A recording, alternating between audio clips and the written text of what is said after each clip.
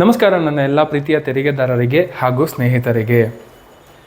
ನನಗೆ ಒಂದು ಎನ್ಕ್ವೈರಿ ಬಂದಿತ್ತು ಇತ್ತೀಚೆಗೆ. ಸರ್, ನಾನು ಹೊಸ ಕಾರ್ ತೊಗೊಳ್ತಾ ಇದ್ದೀನಿ, GST input tax credit claim ಮಾಡ್ಕೊಳ್ಬೋದಾ ಅನ್ನುವಂಥದ್ದು ಇರುವಂಥ ಕ್ವೆಶ್ಚನ್.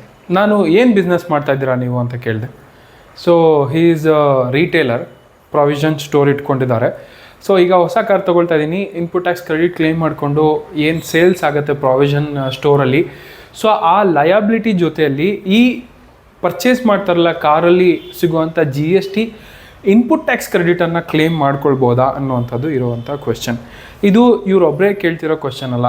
ಸುಮಾರು ಜನ ಕ್ಲೈಂಟ್ಗಳು ಯಾರ್ಯಾರು ಹೊಸ ಕಾರ್ ತೊಗೊಳ್ಳೋವಂಥ ಟೈಮಲ್ಲಿ ಸಾಮಾನ್ಯವಾಗಿ ಕೇಳೋವಂಥದ್ದು, ಕಾರ್ ತೊಗೊಳ್ತಾ ಇದ್ದೀವಿ, ಇನ್ಪುಟ್ ಟ್ಯಾಕ್ಸ್ ಕ್ರೆಡಿಟ್ ಕ್ಲೇಮ್ ಮಾಡ್ಬೋದಾ, ಬೈಕ್ ತೊಗೊಳ್ತಾ ಇದ್ದೀವಿ, ಇನ್ಪುಟ್ ಟ್ಯಾಕ್ಸ್ ಕ್ರೆಡಿಟ್ ಕ್ಲೇಮ್ ಮಾಡ್ಬೋದಾ, ಮೊಬೈಲ್ ತೊಗೊಳ್ತಾ ಇದ್ದೀವಿ, ಇನ್ಪುಟ್ ಟ್ಯಾಕ್ಸ್ ಕ್ರೆಡಿಟ್ ಕ್ಲೇಮ್ ಮಾಡ್ಬೋದಾ, ಇಲ್ಲ ಮೆಟ್ರೋಗೆಲ್ಲ ಹೋಗ್ಬಿಟ್ಟಿರ್ತಾರೆ, ಮೆಟ್ರೋ ಅಲ್ಲೋಗಿ ಮನೆಗೆ ಬೇಕಾಗಿರೋವಂಥ ದಿನಸಿ ಸಾಮಾನುಗಳನ್ನೆಲ್ಲ ತಂದು GST ಕೊಟ್ಟು ಇನ್ಪುಟ್ ಟ್ಯಾಕ್ಸ್ ಕ್ರೆಡಿಟ್ ಕ್ಲೇಮ್ ಮಾಡ್ಕೊಳ್ತಾ ಇರ್ತಾರೆ.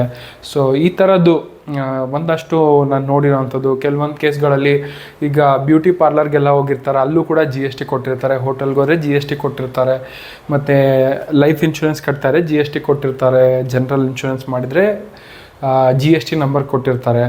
ಸೊ ಈ ಥರ ಹಲವಾರು ಪರ್ಸ್ನಲ್ ರಿಲೇಟೆಡ್ ಏನೇನು ಎಕ್ಸ್ಪೆಂಡಿಚರ್ ಇರುತ್ತೆ, ಅಥವಾ ಮನೆಗೆ ಏನೋ ಐಟಮ್ಸ್ಗಳನ್ನ ಎಕ್ವಿಪ್ಮೆಂಟ್ಗಳನ್ನ ತಂದರೆ ಅದಕ್ಕೆಲ್ಲ GST ನಂಬರ್ ಕೊಟ್ಟು GST ರಿಫ್ಲೆಕ್ಟ್ ಆಗ್ತಾ ಇರುತ್ತೆ ನಮಗೆ GST to B ಸಮರಿಯಲ್ಲಿ.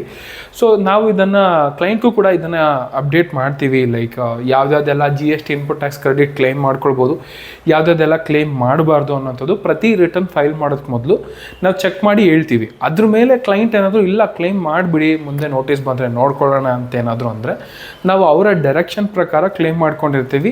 In case notice ಬಂತು ಅಂತಂದರೆ ಟ್ಯಾಕ್ಸ್ ಜೊತೆಗೆ ಇಂಟ್ರೆಸ್ಟ್ ಪೆನಾಲ್ಟಿ ಎಲ್ಲನೂ ಸೇರಿ ಕಟ್ಟಬೇಕಾಗತ್ತೆ. ಅದನ್ನು ಟ್ಯಾಕ್ಸ್ ಫ್ರಾಡ್ ಅಂತ ಕರೀತಾರೆ. ಇವಾಗ ಕಾರ್ ವಿಷಯಕ್ಕೆ ಬರೋಣ. ಕಾರ್ ಅಂತ ಬಂದಾಗ ಇವಾಗ ಯಾವುದೇ ಒಂದು ಏನೇ ಇನ್ವರ್ಟ್ ಸಪ್ಲೈ ಇರಲಿ, ನೀವು ಆ ಬಿಸ್ನೆಸ್ಗೆ ಯೂಸ್ ಮಾಡಬೇಕು, ಪರ್ಸ್ನಲ್ ನೇಚರ್ ಇರಬಾರ್ದು. ಓಕೆನಾ?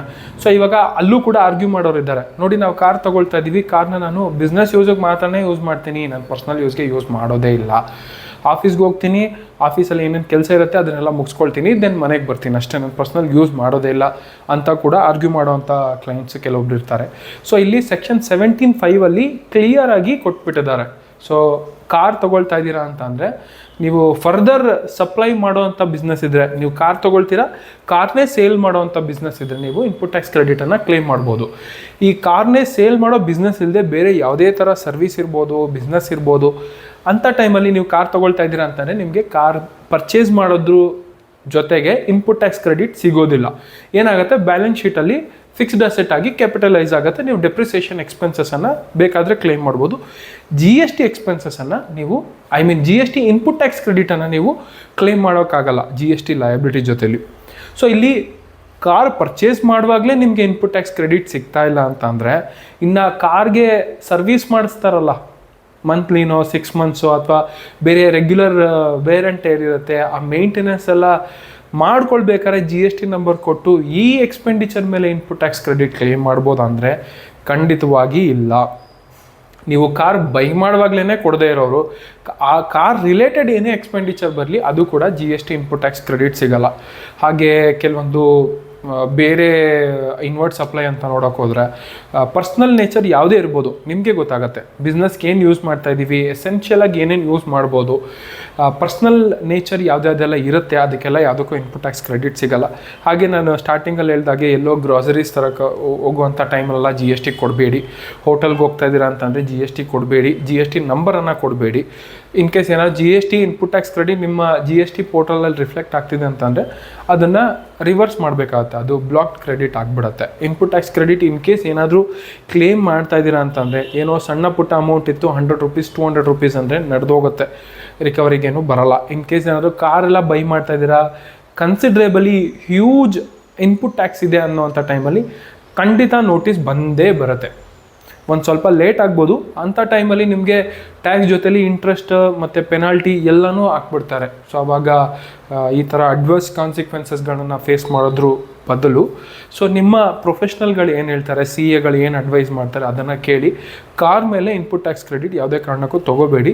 ಬೇರೆ ಇನ್ನೆಲ್ಲ ಸರ್ವಿಸ್ ಹೇಳಿದ್ನಲ್ಲ, ಬ್ಯೂಟಿ ಟ್ರೀಟ್ಮೆಂಟ್ ಇರ್ಬೋದು, ಸೊ ಅಂಥದ್ದು LIC ಮತ್ತು ಹೆಲ್ತ್ ಇನ್ಶೂರೆನ್ಸ್ ಇರ್ಬೋದು, ಅದಾದಮೇಲೆ ಹೋಟೆಲಲ್ಲಿ ಪೇ ಮಾಡೋವಂಥದ್ದು ಇರ್ಬೋದು, ಮನೆಗೆ ಏನೋ ತೊಗೊಂಡು ಬರ್ತೀರಾ ಅದು GST ನಂಬರ್ ಕೊಟ್ಟು ಇನ್ಪುಟ್ ಟ್ಯಾಕ್ಸ್ ಕ್ಲೈಮ್ ಮಾಡೋದು, ಆ ಥರ ಎಲ್ಲ ಮಾಡಬಾರ್ದು. ಇನ್ನೂ ಒಂದು ಇಂಪಾರ್ಟೆಂಟ್ ಹೇಳ್ಬೇಕಂದ್ರೆ, ಇವಾಗ ಕೆಲವೊಬ್ಬರೆಲ್ಲ ಅವರ ಬಿಸ್ನೆಸ್ಸನ್ನು ಅವರ ಸ್ವಂತ ಬಿಲ್ಡಿಂಗಲ್ಲೇ ರನ್ ಮಾಡುವಂಥ ಪ್ರಾಕ್ಟೀಸ್ ಇಟ್ಕೊಂಡಿರ್ತಾರೆ. ಬಿಕಾಸ್ ಓನ್ ಬಿಲ್ಡಿಂಗ್ ಇರುತ್ತೆ, ಬೇರೆ ಎಲ್ಲೂ ರೆಂಟ್ಗೆ ಹೋಗೋದೇನು ನೆಸೆಸಿಟಿ ಇರಲ್ಲ. ಸೊ ಅಂಥ ಟೈಮಲ್ಲಿ ಏನಾದರೂ ಬಿಲ್ಡಿಂಗಿಗೆ ರಿಪೇರ್ ಆ್ಯಂಡ್ ಮೇಂಟೆನೆನ್ಸ್ ಬರ್ತಾ ಇದೆ ಅಂತ ಅಂದರೆ ಅದಕ್ಕೂ ಕೂಡ ಇನ್ಪುಟ್ ಟ್ಯಾಕ್ಸ್ ಕ್ರೆಡಿಟ್ ಸಿಗಲ್ಲ ನಿಮಗೆ. ಇನ್ ಕೇಸ್ ಏನೋ ಮಳೆ ಬಂತು, ಗೋಡೆ ಕ್ರ್ಯಾಕ್ ಬಂತು, ಅಲ್ಲೇನೋ ಫಿಲ್ ಮಾಡಿಸ್ತೀರಾ, ಯಾವುದೋ GST ರಿಜಿಸ್ಟರ್ಡ್ ಡೀಲರ್ನ ಕರ್ಕೊಂಡು ಬಂದಿರ್ತೀರಾ, ಅಥವಾ ವಾಶ್ರೂಮಲ್ಲೆಲ್ಲೋ ಟೈಲ್ಸ್ ಬ್ರೇಕ್ ಆಗಿರುತ್ತೆ, ಆ ಹೊಸ ಟೈಲ್ಸ್ನೇ ರಿಪ್ಲೇಸ್ ಮಾಡ್ತೀರಾ.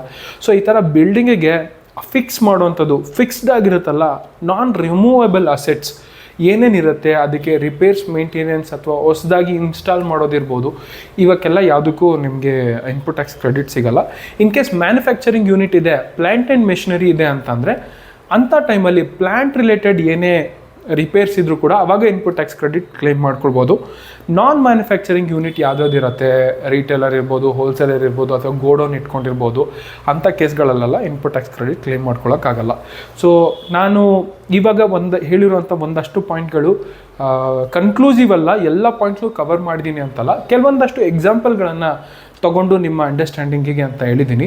ಸೊ ನಿಮ್ಮ ಕೆಲವೊಂದು ಟ್ರಾನ್ಸಾಕ್ಷನ್ಗಳೆಲ್ಲ ಬಂದು ಕೇಸ್ ಟು ಕೇಸ್ ಬೇಸಿಸ್ ನಾವು ನೋಡಿ ಸ್ಟಡಿ ಮಾಡಿ ನಾವು ಅಡ್ವೈಸ್ ಮಾಡಬೇಕಾಗತ್ತೆ. ಸೊ ಇಲ್ಲಿ ನಾನು ಏನೇ ಅಡ್ವೈಸ್ ಮಾಡ್ತಾಯಿದ್ದೀನಿ, ಇನ್ಪುಟ್ಸ್ ಕೊಡ್ತಾಯಿದ್ದೀನಿ, ಇದನ್ನು ಫೈನಲ್ ಆಗಿ ಅಂತ ತೊಗೊಳ್ಬೇಡಿ. ಹಾಗೆ ಆಯಾ ಟೈಮಲ್ಲಿ ಏನೇನೆಲ್ಲ ಅಮೆಂಡ್ಮೆಂಟ್ ಆಗುತ್ತೆ, GST ಅಮೆಂಡ್ಮೆಂಟ್, ಅದ್ರ ಪ್ರಕಾರ ನಾವು ಕೂಡ ಅಪ್ಡೇಟ್ ಆಗಬೇಕಾಗತ್ತೆ. ಯಾವಾಗ GST input tax credit allow ಮಾಡೋವಂಥದ್ದು ಇರುತ್ತೆ, ಅಥವಾ ಇನ್ನೂ ಕೆಲವೊಂದು ಪ್ರಾಡಕ್ಟ್ಗಳನ್ನ ಆ್ಯಡ್ ಮಾಡ್ಬೋದು. ಅಂಥ ಟೈಮಲ್ಲೆಲ್ಲ ನಿಮ್ಮ ಪರ್ಟಿಕ್ಯುಲರ್ ಟ್ರಾನ್ಸಾಕ್ಷನ್ ನೋಡಿನೇ ಅಡ್ವೈಸ್ ಮಾಡಬೇಕಾಗತ್ತೆ.